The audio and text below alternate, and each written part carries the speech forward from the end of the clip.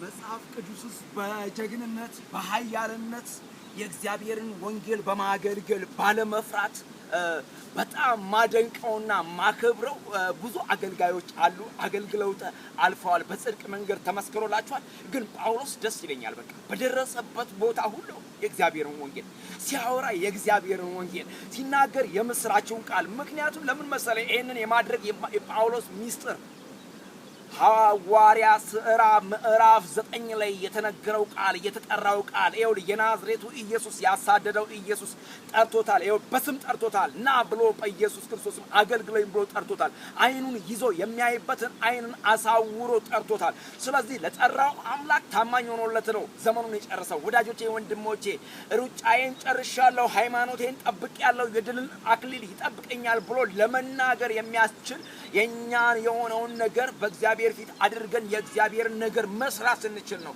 ዝም ብለን አይደለም። ኖረ ሞተ የሚባል ህይወት እግዚአብሔር በህይወታችን ላይ አድርገው። ምክንያቱም ኖረ ሞተ በጣም ያስጠላል። ምክንያቱም በመድር ላይ ኖረ እገሌ በመድር ላይ ኖረ፣ በቃ በመድር ላይ ኖሮ ምንም ሳያደርግ አለፈ ሞተ። ምክንያቱም ሰው ይሞታል እኮ ወይም ሲሰርቅ ይሞታል ወይም የሆነ ነገር ሲያደርግ ሲያመነዝር ይሞታል። ሰው የሆነ አልባሌ ቦታ ላይ ሆኖ ይሞታል። ነገር ግን ለእግዚአብሔር ወንጌል ኖሮ መሞትን የመሰለ ነገር የለም። ጌታ ለዘላለም ይባረክ። አምላኬ እንደባለ ጠግነቱ በክብር በክርስቶስ ኢየሱስ የሚያስፈልጋችሁን ሁሉ ይሙላባችሁ። እወዳችኋለሁ።